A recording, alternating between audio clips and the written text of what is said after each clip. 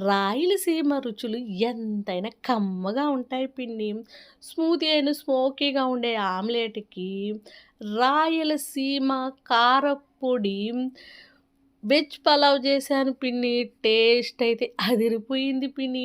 అలా రోట్లో ఏసి మసాలా కసాబిసా, కసాబిసా నూరి అలా నేతిలో తేలాడి మాటల్లో వర్ణించలేను పిన్ని. చేసింది కొంచెమే చేసినానా, ఇంట్లో వాళ్ళు లొట్టలేసుకుంటూ ఆకలి మీద ఉన్నట్టున్నారు. ఖమ్మంగా మసాలా రైస్‌ని అలా కలిపి ఇలాగా ఎగ్ తీసుకొని మధ్యలో పొటాటో, క్యారెట్ తగులుతూ ఉంటే పిన్ని మాటలు లేవు. అలా పెరుగు ఇలా రైసు నాట్యమాడుతుంటూ తింటూ ఉంటే నోట్లో ఏళ్ళు జుర్రుకుంటూ తిన్నారు పిన్ని. నాకు మీ మనవడినైన అడుగు ఎలా ఉందో. అదిరిపోయింది. నెక్స్ట్ టైమ్ చేస్తే నీకు పెడతాలే పిన్ని.